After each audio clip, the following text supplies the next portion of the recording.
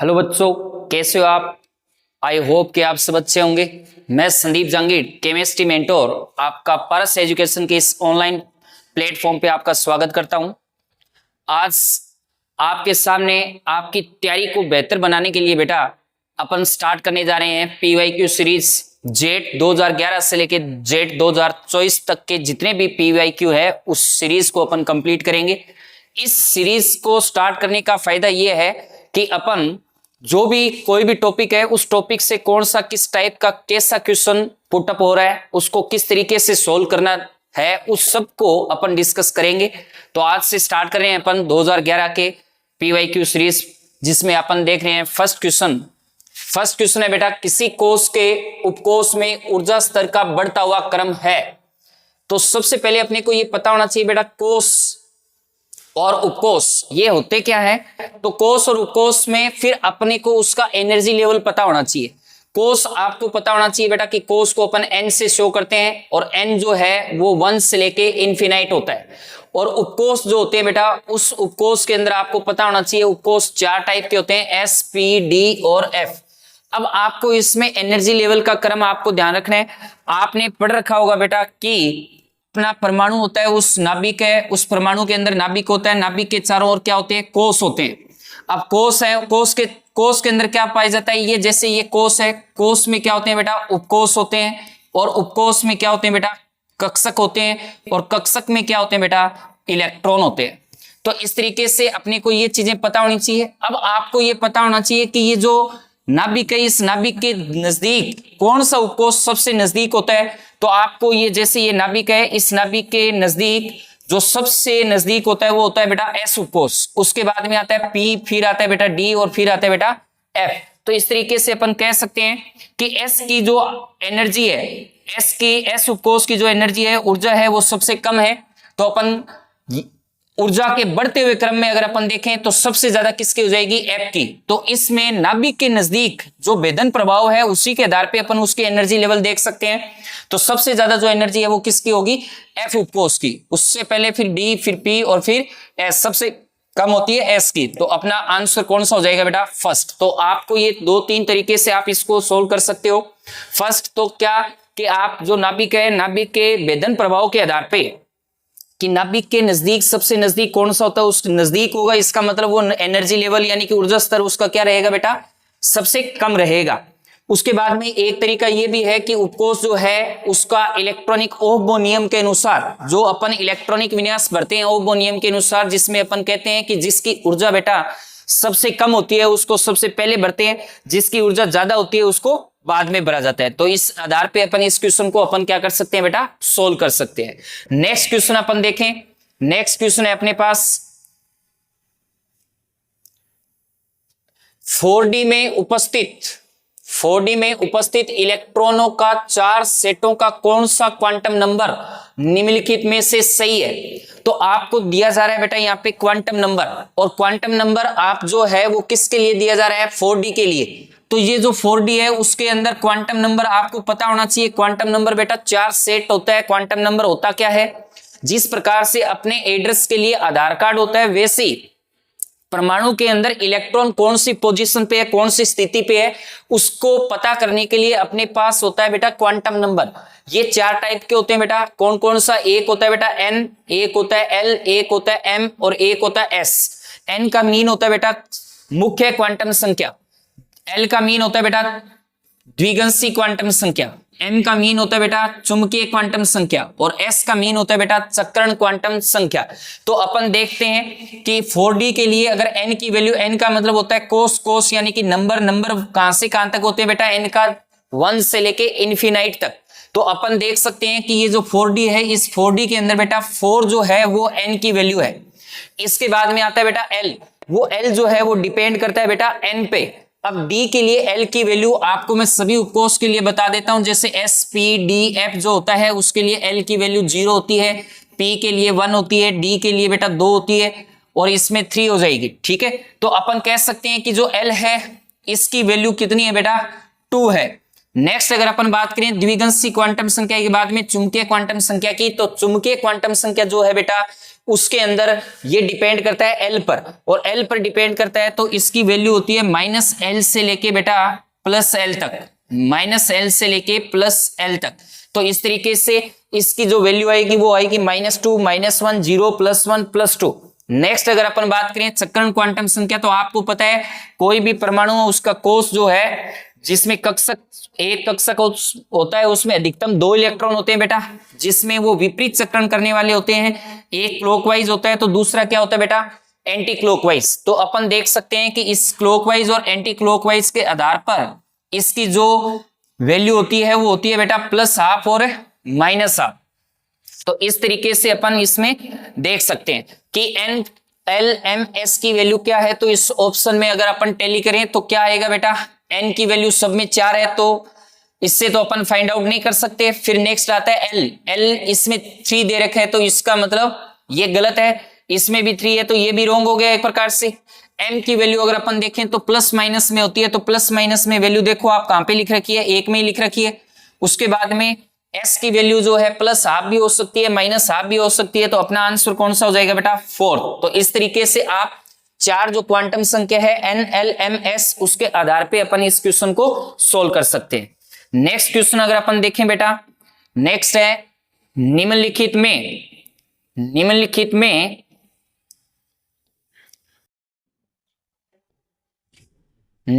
में से आकार में कौन सबसे छोटा है, सबसे छोटा कौन है। तो सबसे छोटा किस प्रकार से होगा उसको देखने के लिए बेटा एक तरीका है कि सबसे जो पहले अपन जो इसमें चेक करेंगे वो क्या करेंगे बेटा कि वो सम इलेक्ट्रॉनिक है या नहीं है। सम इलेक्ट्रॉनिक का मतलब होता है बेटा कि जिसमें नंबर ऑफ इलेक्ट्रॉन जो हैं वो सेम है या नहीं है।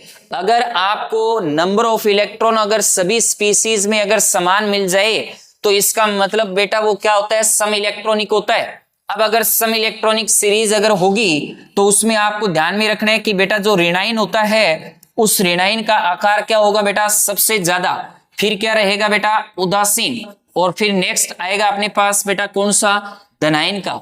तो इस तरीके से अपन सम इलेक्ट्रॉनिक सीरीज के लिए आकार का क्रम बता सकते हैं कि सबसे ज्यादा जो होता है वो ऋणाइन का है, फिर उदासीन का और फिर धनायन का। तो जब भी आकार का कोई भी क्रम पूछे तो आप सबसे पहले क्या चेक करेंगे कि वो सम इलेक्ट्रॉनिक है या नहीं है। और सम इलेक्ट्रॉनिक का मीन आपको बता दिया कि जिसमें नंबर ऑफ इलेक्ट्रॉन क्या हो बेटा सेम हो। तो आप इसमें देखें कि नंबर ऑफ इलेक्ट्रॉन अगर अपन कैलकुलेट करें तो नाइट्रोजन जो है, इस नाइट्रोजन की अगर अपन बात करें तो परमाणु क्रमांक कितना होता है बेटा इसका 7 होता है। 7 और -3 है, यानी कि 3 इलेक्ट्रॉन बेटा क्या कर रखे हैं इसने ग्रहण कर रखे हैं। तो इसमें अपन देख सकते हैं कि 7 + 3 जो है वो कितना हो गया बेटा 10। इसकी अगर अपन बात करें तो ये कितना हो जाएगा बेटा 8 + 2 कितना हो गया 10। इसकी अगर अपन बात करें तो 9 + 1 कितना हो गया 10। और इसकी अगर अपन बात करें तो 11 -1 1 माइनस में क्यों किया, क्योंकि ये पॉजिटिव है बेटा, और पॉजिटिव है इसलिए ये क्या हो गया माइनस। तो इस तरीके से इसमें सभी में अगर अपन देखें तो सभी के अंदर इलेक्ट्रॉनों की संख्या है वो क्या आ रही है बेटा सेम आ रही है। तो इलेक्ट्रॉन की अगर सेम है नंबर तो अपन कह सकते कि सबसे ज्यादा जो आकार होगा वो किसका होगा ऋणाइन का। तो इसमें देखो ऋणाइन कौन है सर, तो ऋणाइन तो इसमें सारे n-3 है, O-2 M- है वो भी है। अब आपको ऋणाइन में भी अगर देखना हो तो ऋणाइन में भी जिसका उच्च आवेश होगा, उच्च आवेश जिसमें होगा वही सबसे बड़ा आकार हो जाएगा। ठीक है, तो आप इसमें देख सकते हैं कि इसमें आवेश कितना है -3 है, इसमें -2 है, इसमें -1 है। तो सबसे ज्यादा जो आवेश है वो किसका है बेटा -3 का। तो इस तरीके से अपन कह सकते हैं कि इसमें जो सबसे अपना जो ऑप्शन है वो चूज हो रहा है वो कौन सा हो रहा है बेटा फर्स्ट। तो इस तरीके से अपन सम इलेक्ट्रॉनिक सीरीज के आकार का क्रम बता सकते हैं। नेक्स्ट अगर अपन बात करें बेटा, नेक्स्ट अपने पास क्वेश्चन है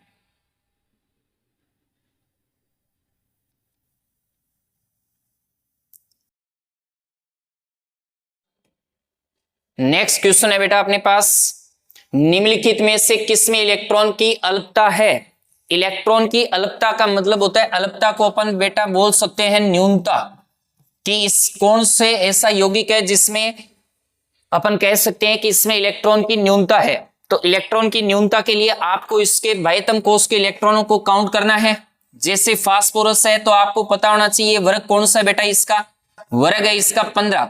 अब इस 15 वाले के अंदर आपको पता होना चाहिए कितने संयोजी कोष में इलेक्ट्रॉन होते हैं, 5। बॉन्ड कितने बना रखे हैं बेटा, 3। तो टोटल कितने इलेक्ट्रॉन हो गए, 8।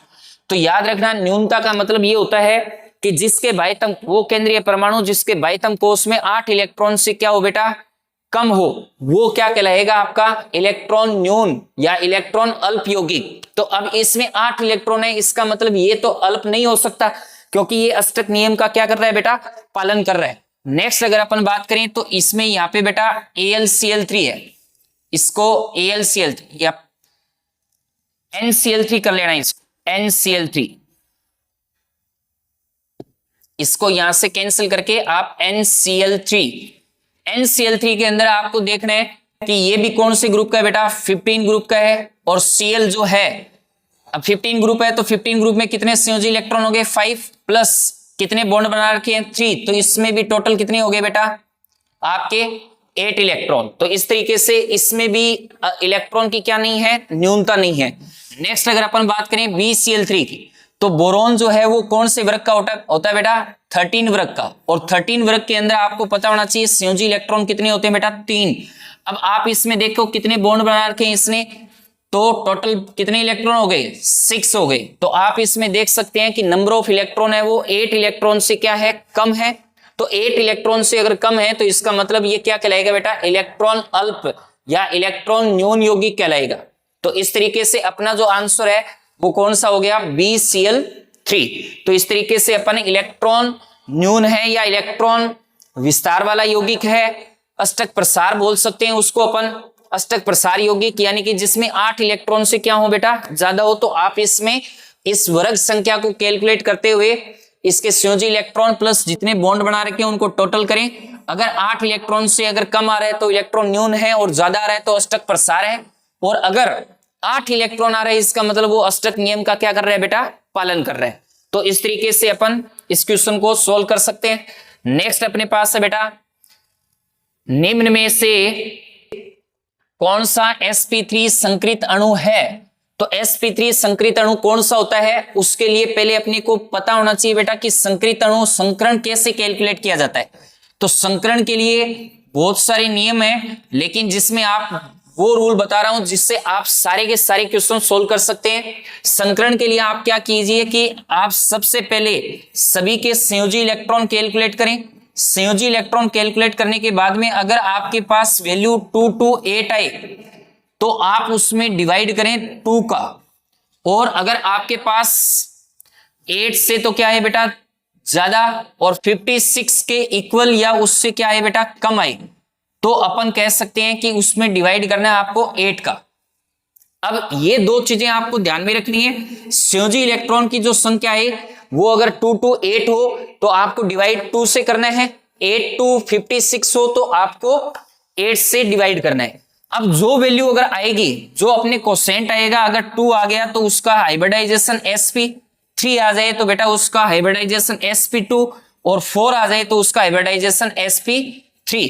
तो अपन को sp3 कैलकुलेट करना है, तो अपना जो कोसेंट है वो कितना आना चाहिए, 4 आना चाहिए।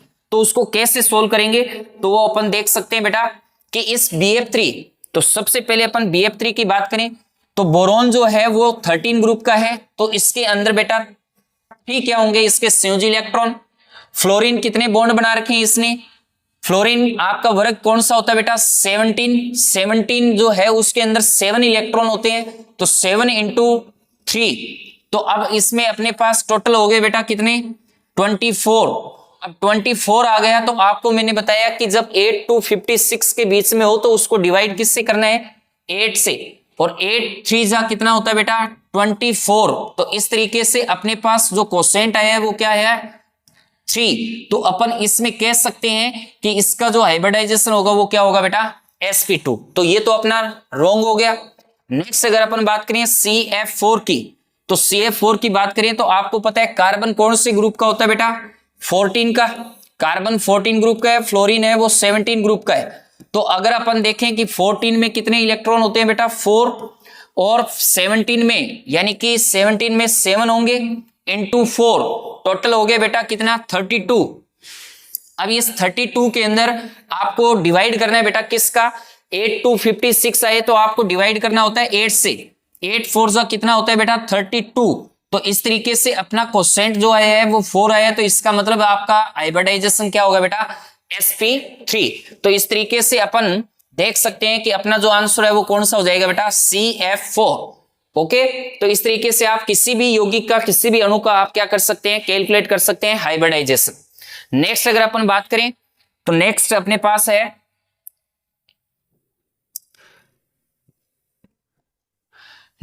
पास है बेटा H2AsO4 में AS परमाणु की ऑक्सीकरण संख्या है। तो H2AsO4, अब जिसमें H2AsO4 है इसमें आपको जिसका केंद्रीय परमाणु का कैलकुलेट करना है उसको X लिखते हैं बेटा। बाकी का आपको इसमें ध्यान रखना है, जैसे H है तो H जो है उसका +1 है, नंबर है बेटा इसके 2, प्लस X प्लस ऑक्सीजन का होता है बेटा -2 इंटू 4 इक्वल 0। टोटल कंपाउंड जो है उसका टोटल जो चार्ज है कंपाउंड का वो अपन कह सकते हैं 0 के इक्वल होता है। तो अब इसको अगर अपन सोल्व करें तो ये हो जाएगा बेटा X, ये 2 + X प्लस -2 इंटू 4 कितने हो गए 8 इक्वल 0।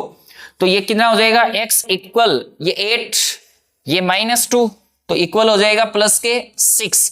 तो इस तरीके से अपन जिसका कैलकुलेट करना है उसको X मानते हुए आप अपने इसमें ऑक्सीकरण अंक कैलकुलेट कर सकते हैं। तो अपना आंसर कौन सा हो जाएगा बेटा 4th। नेक्स्ट अगर अपन बात करें तो अपने पास है बेटा निम्नलिखित में से कौन सी रेडॉक्स अभिक्रिया है या प्रतिक्रिया, या इसी को अपन बोल सकते हैं बेटा अभिक्रिया। तो आपको पहले पता होना चाहिए कि रेडॉक्स अभिक्रिया होती क्या है।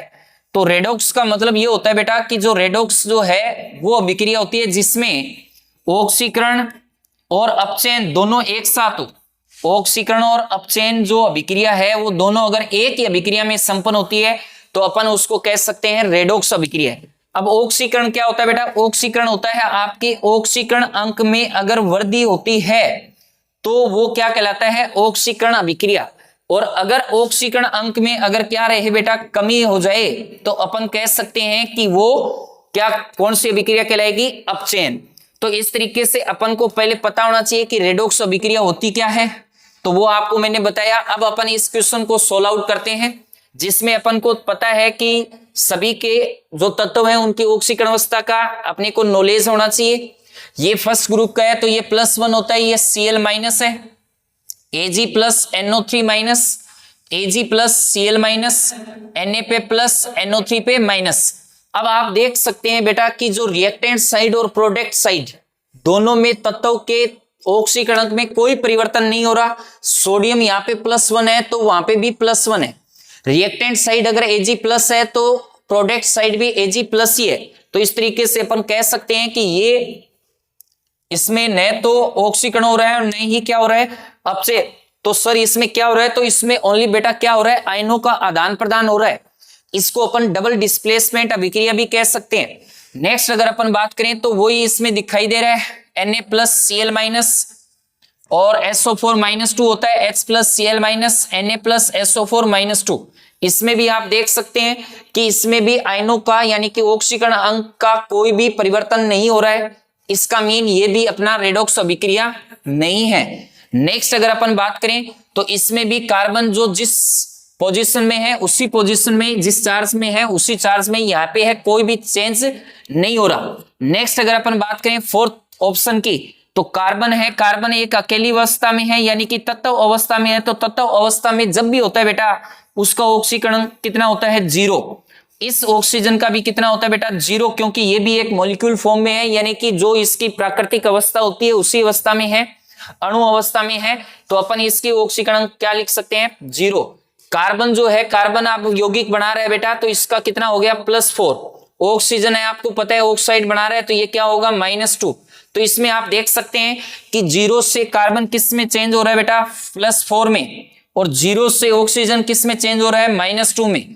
तो अपन देख सकते हैं कि ऑक्सीकरण में कमी भी हो रही है और ऑक्सीकरण में वृद्धि भी हो रही है। तो इस तरीके से इसमें ऑक्सीकरण में कमी और वृद्धि दोनों अगर हो रही है तो इसका मतलब ये क्या हो जाएगा रेडॉक्स अभिक्रिया हो जाएगी। ठीक है, तो इस तरीके से अपने को क्वेश्चन को सोल्व आउट करना है।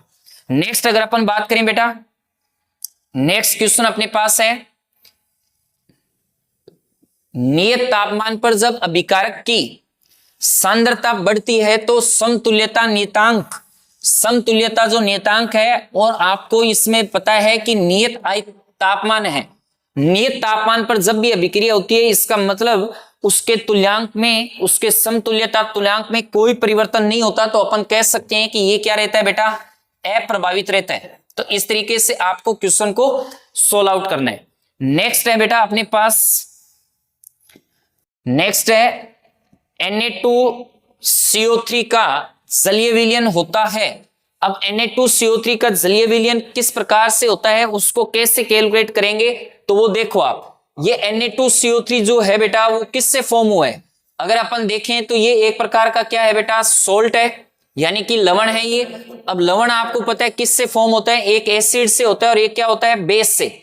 अगर आप इसको हाइड्रोलाइसिस करेंगे, अब इसको हाइड्रोलाइसिस करेंगे तो आप इसमें देख सकते हैं कि ये सोडियम जो है वो NaOH का फॉर्मेशन करेगा और CO3 है वो किसका फॉर्मेशन करेगा, H2CO3 का। तो इसमें आप देख सकते हैं NaOH क्या होता है, बेस होता है, H2CO3 है वो क्या होता है बेटा, एसिड होता है। अब आप इसमें देख सकते हैं कि जो सॉल्ट है वो उसके अंदर जो बेस लिया गया है वो बेस कौन सा है बेटा, स्ट्रॉन्ग बेस है, और जो एसिड लिया है वो कौन सा है बेटा, वीक एसिड है। यानी कि H2CO3 एक प्रकार से क्या होता है बेटा, वीक एसिड होता है, NaOH एक प्रकार से क्या होता है बेटा, स्ट्रॉन्ग बेस होता है। तो अगर अपन जलीय विलयन में करेंगे तो जो स्ट्रॉन्ग का जो नेचर है वही अपने को शो होगा। तो अपन कह सकते हैं कि Na2CO3 का जो जलीय विलयन है वो एक प्रकार से क्या होगा बेटा, क्षारीय प्रकृति का होता है, यानी कि बेसिक नेचर का होगा। ठीक है, तो इस तरीके से अपन इसको सोल्व आउट कर सकते हैं। नेक्स्ट अगर अपन देखें बेटा अपने पास है, वर्षा जल का पीएच मान होता है, तो ये एक थ्योरेटिकल पार्ट है इसमें एक प्रकार से। तो इसमें लर्न करना है आपको कि वर्षा जल का जो पीएच होता है वो क्या होता है बेटा, 7 होता है। 7 इसलिए होता है क्योंकि जो वर्षा जल है तो इसके अंदर बेटा H+ और OH- दोनों की वैल्यू अगर सेम है, H+ कंसंट्रेशन और OH- कंसंट्रेशन अगर सेम है, तो अपन कह सकते हैं कि उसकी पीएच जो वैल्यू है वो क्या आएगी बेटा, 7 आएगी। अपन उसको दूसरे शब्दों में ऐसे भी लिख सकते हैं कि ये क्या होता है बेटा, उदासीन होता है, न्यूट्रल। लेकिन आजकल आपको ये भी पता होना चाहिए कि न्यूट्रल को बेटा अपन रेंज में लिखने लग गए, 6.5 to 7.5, ये एक उदासीन रेंज होती है, न्यूट्रल रेंज होती है। तो अगर ऑप्शन में अगर 7 नहीं लिखा हो तो आप इसमें अगर ये भी लिखा हो तो आप इसको भी टिक कर सकते हैं। तो अपना जो आंसर है वो बेटा कौन सा हो जाएगा, सेकंड। नेक्स्ट क्वेश्चन की अगर अपन बात करें बेटा, तो निम्न में से कौन सा विलयन बफर है। तो बफर विलयन होता क्या है, पहले अपने को यह पता होना चाहिए बफर विलयन किस प्रकार से फॉर्म होता है। तो बफर विलयन के लिए आपको पता होना चाहिए कि बेटा बफर जो है वो कई प्रकार के होते हैं। सबसे पहले अपने को यह पता होना चाहिए कि बफर जो वीक एसिड वीक बेस का मिश्रण होता है, या तो वीक एसिड वीक बेस का मिश्रण हो, या अपन कह सकते हैं कि अपने पास जो वीक एसिड है उस वीक एसिड का स्ट्रॉन्ग बेस के साथ क्या होना चाहिए बेटा, लवण होना चाहिए, या फिर बेटा वीक बेस हो और वीक बेस का स्ट्रॉन्ग एसिड के साथ अगर अपने पास लवण का मिश्रण होगा तो अपन उसको भी क्या कह सकते हैं, बफर कह सकते हैं। सर ये बफर होता क्या है, तो बेटा बफर ये है कि जो विलयन पीएच परिवर्तन का विरोध करता है उसको अपन बफर विलयन कहते हैं। यानी कि ये पीएच प्रतिरोधी विलयन होता है, इसको उभय प्रतिरोधी विलयन भी कह सकते हैं अपन। तो बफर के लिए आपको ये 3 पॉइंट ध्यान रखने हैं कि वीक एसिड वीक बेस का जो मिश्रण होता है उसको भी बफर कहा जाता है। वीक एसिड का स्ट्रॉन्ग बेस के साथ जो मिश्रण है वो भी बफर होता है। Weak base plus weak base का स्ट्रॉन्ग एसिड के साथ जो है वो भी क्या होता है बेटा, बफर होता है। तो अपन कह सकते हैं इसमें कि इसमें किस तरीके से अपन को सोल्व आउट करना है वो आपको ध्यान में रखना है। नेक्स्ट अगर अपन बात करें तो NaCl। अब NaCl आपको पता है कि ये, इससे पहले आप ये देखा करो कि ये जो अकेला जो एसिड है या बेस है वो वीक है या स्ट्रॉन्ग है, उससे अपने को पता चल जाएगा। तो HCl आपको पता है कौन सा होता है बेटा, स्ट्रॉन्ग एसिड होता है, तो ये स्ट्रॉन्ग एसिड है। नेक्स्ट इसमें भी अपन देखें तो ये भी स्ट्रॉन्ग एसिड है HCl। नेक्स्ट अगर अपन बात करें बेटा CH3COOH, तो आप देख सकते हो ये एक ऑर्गेनिक एसिड है, तो याद रखना जो कार्बनिक एसिड होता है वो हमेशा वीक एसिड होता है बेटा, ये वीक एसिड है एक प्रकार से, और ये वीक एसिड है। तो अब अपन इसमें देख सकते हैं कि अगर इस वीक एसिड का स्ट्रॉन्ग बेस के साथ अगर लवण होगा तो उसमें अपन क्या कह सकते हैं, उसको बफर कह सकते हैं। तो आप इसमें देखो ये जो लवण है वो किससे बना हुआ है, वो लवण बना हुआ है Na से और CH3COO, यानी कि यहाँ पे आपने क्या यूज किया है, ये CH3COO Na है। आपको पता है Na क्या है, केटाइन है। केटाइन जो है वो किससे लिया गया है, बेस से। बेस से हमेशा क्या आता है बेटा, केटाइन। तो इस बेस का फॉर्मूला क्या हो जाएगा, NaOH। और आपको पता है बेटा कि NaOH एक प्रकार से क्या होता है, स्ट्रॉन्ग बेस होता है। तो अपने पास ये फॉर्मूला फॉर्म हो गया कि वीक एसिड और वीक एसिड का स्ट्रॉन्ग बेस के साथ जो मिश्रण होगा उसको अपन क्या कहेंगे, बफर कहेंगे।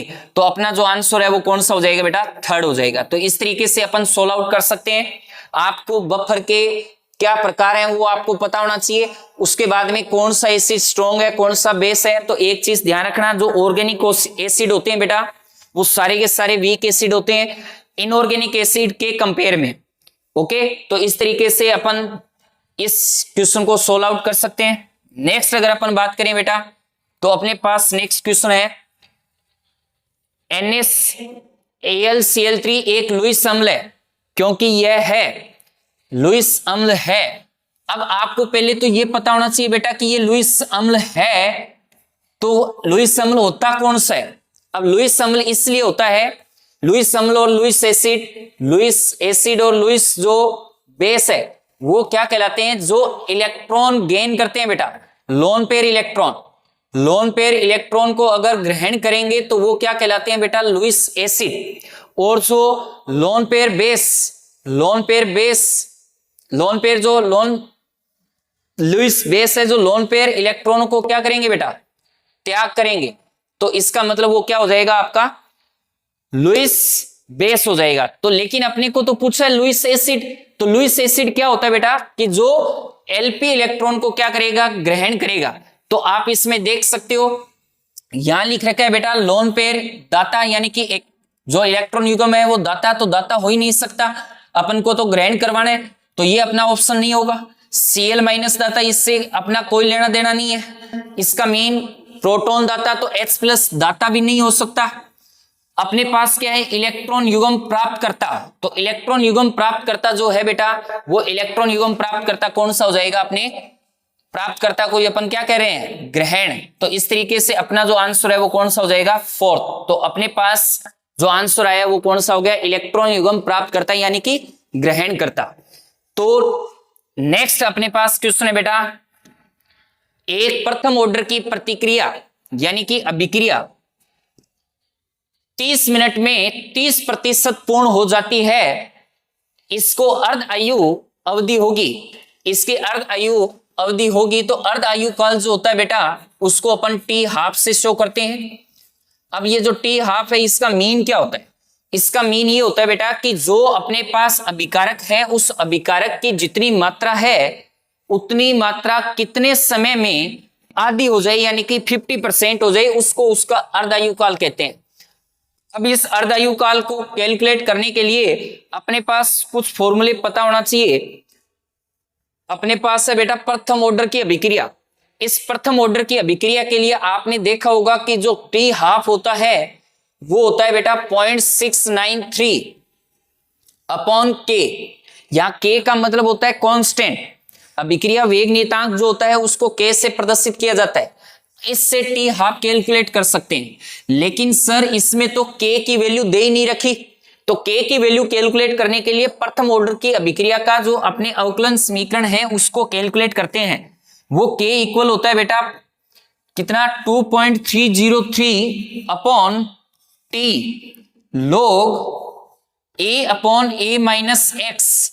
यहां A की वैल्यू क्या है बेटा, T की वैल्यू तो होगी समय और A की वैल्यू होगी प्रारंभिक सांद्रता, और X की वैल्यू की जितनी मात्रा कम हुई है, कम हुई सांद्रता, वो अपन कैलकुलेट करते हैं। अब अपन इस वैल्यू से अपने को कैलकुलेट करना है पहले बेटा K, और K की वैल्यू जो कैलकुलेट आई उसको पुटअप कर देना है इस फॉर्मूले में, और इस फॉर्मूले में अगर आप पुटअप करेंगे तो इसमें वैल्यू किसकी कैलकुलेट हो जाएगी, T½ की।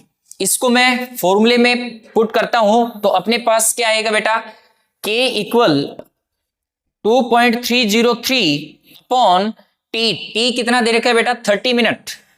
नेक्स्ट है log A upon A minus, यानी कि शुरुआत में सांद्रता कितनी थी बेटा 100%, उसमें से 30% कम हो गई, यानी कि 100 माइनस 30 लिखा। तो इस तरीके से अपने पास किसकी वैल्यू आएगी, K की वैल्यू आएगी।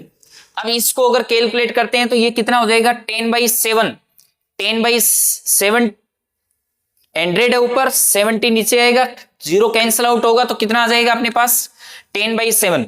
अब लोग 10/7 के आपको वैल्यू कैलकुलेट करनी है, इसको पुटअप करोगे, उसके बाद में इसको मल्टीप्लीकेशन करोगे तो इसमें आप जो वैल्यू आए उस वैल्यू को आप इसमें आप पुटअप करते हैं तो अपना जो आंसर आएगा वो कौन सा आ जाएगा बेटा 58.2 मिनट। तो इस तरीके से ये थोड़ा फिजिकल केमिस्ट्री से है, रिलेटेड है, इसमें कैलकुलेशन वगैरह है, तो आप इसको अच्छे से कैलकुलेट करना।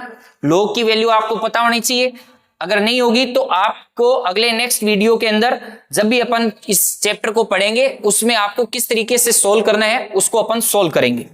नेक्स्ट है अपने पास नियत दाब पर एक रासायनिक अभिक्रिया में उसमें परिवर्तन होगा।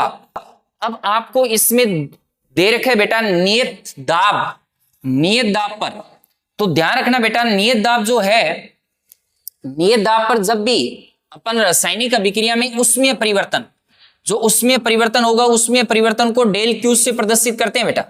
और अपन ये कह रहे हैं कि उसमें परिवर्तन से जो अपन नियत दाब पर करते हैं तो उसको अपन क्या कहते हैं। एक तरीका और होता है बेटा, उसमें परिवर्तन कैलकुलेट कर सकते हैं अपन नियत आयतन पर, उसको भी आपको पता होना चाहिए कि नियत आयतन पर किस प्रकार से कैलकुलेट होता है। तो याद रखना जो नियत दाब पर जो होता है वो आपका होता है बेटा आंतरिक ऊर्जा में परिवर्तन, आंतरिक ऊर्जा में परिवर्तन।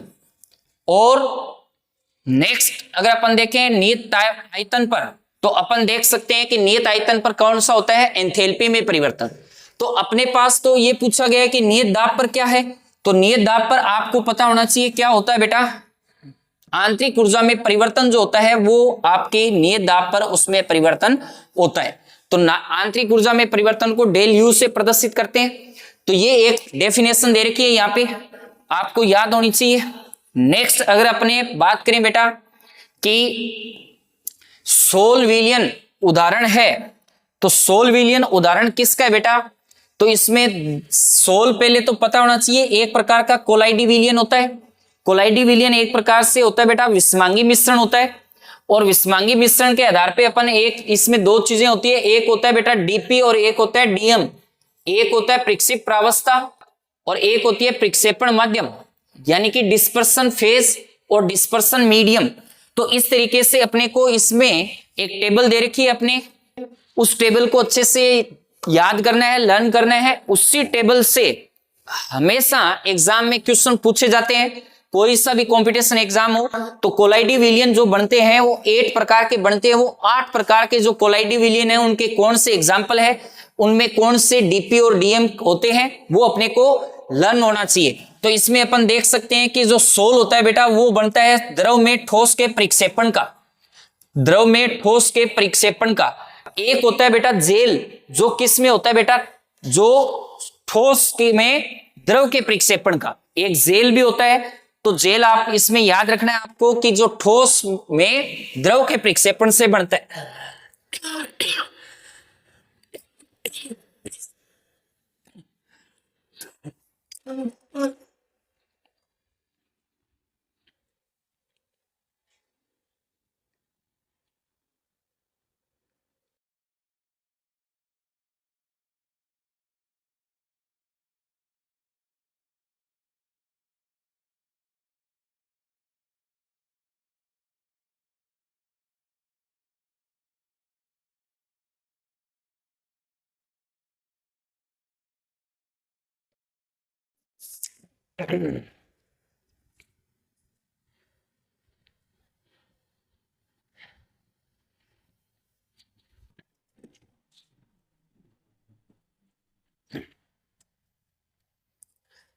तो सोल जो है वो अपने पास द्रव में ठोस के प्रक्षेपण का अपने विलियन प्राप्त होता है। उसको सोल कहते हैं। तो इस तरीके से अपना आंसर थर्ड। नेक्स्ट अगर अपन बात करें, नेक्स्ट है अपने पास बेटा टिंडल का प्रभाव देखा जा सकता है। अब टिंडल प्रभाव जो है वो आपको पता होना चाहिए। टिंडल प्रभाव एक गुण होता है किसका बेटा? कोलाइडी विलयन का। कोलाइडल जो विलयन होता है उसका एक गुण होता है, इसलिए ये प्रभाव किसमें देखा जा सकता है? कोलाइडल विलयन में। नेक्स्ट अगर अपन बात करें बेटा, अपने पास नेक्स्ट क्वेश्चन है, निम्नलिखित में से कौन सा इलेक्ट्रोलाइट सर्वाधिक प्रभावी रूप से ऋणात्मक आवेशित सोल के स्कंदन का कारण है? तो ऋणात्मक आवेशित सोल के स्कंदन का क्या कारण है?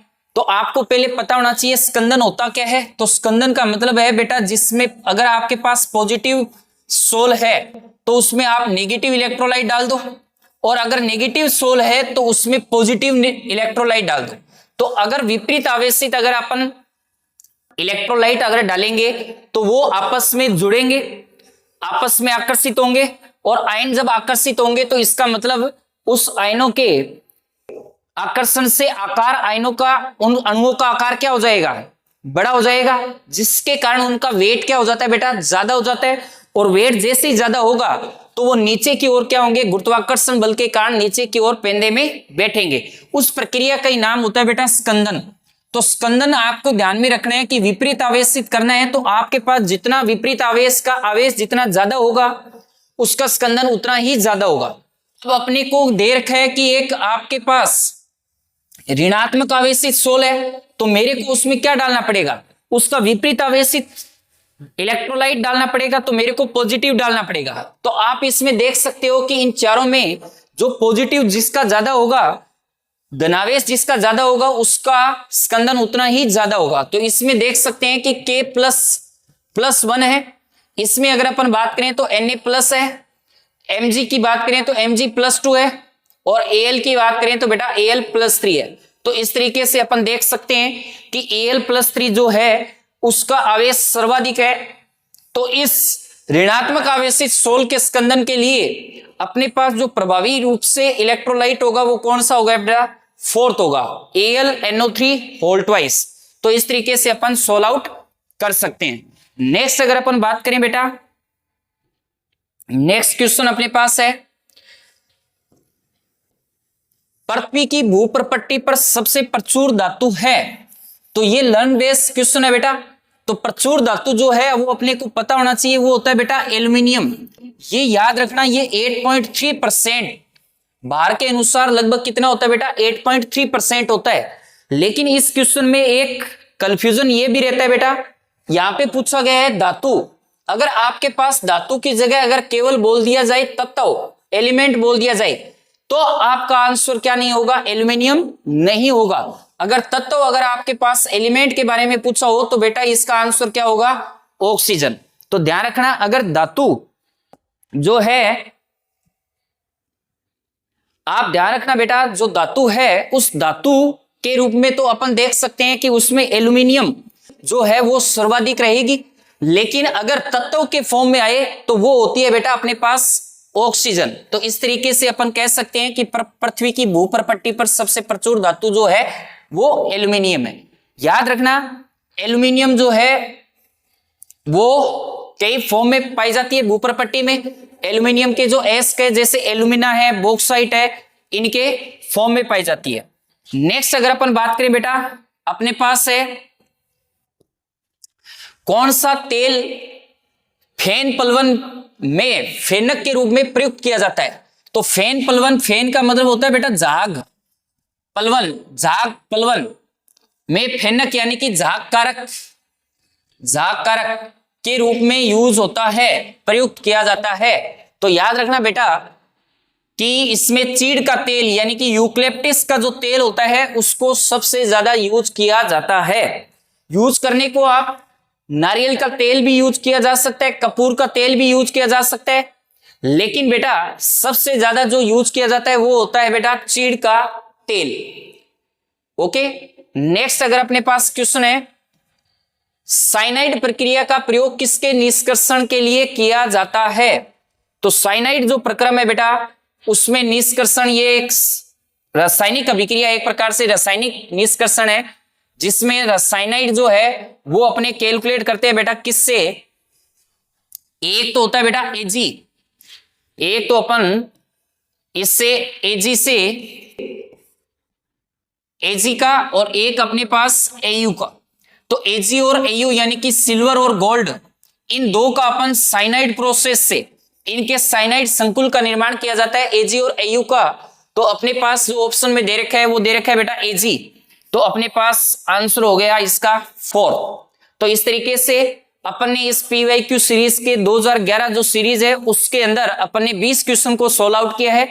नेक्स्ट 20 क्वेश्चन नेक्स्ट पार्ट में अपन डिस्कस करेंगे बेटा, और साथ ही साथ आपको कैसा लगा, इसमें किस तरीके से आपकी तैयारी इससे बेहतर हो सकती है और इसमें क्या इंप्रूवमेंट की आवश्यकता है, वो भी आप कमेंट करके बताइए।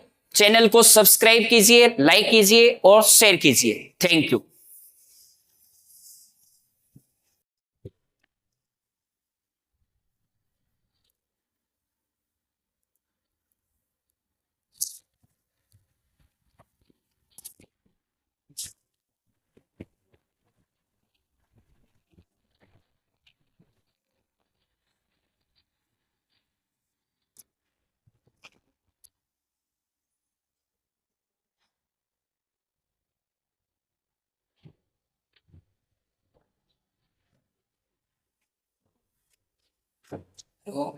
हाँ मैं निकल गई है।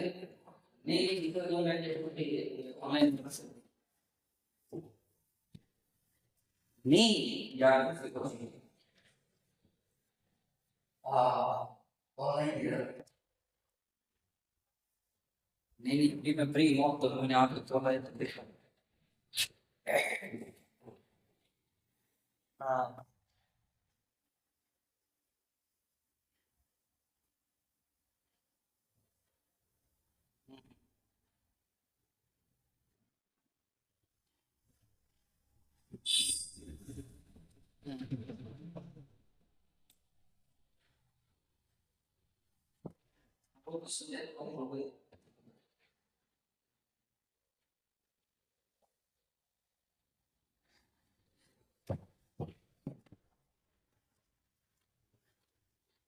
ये तो गलत बात है ना।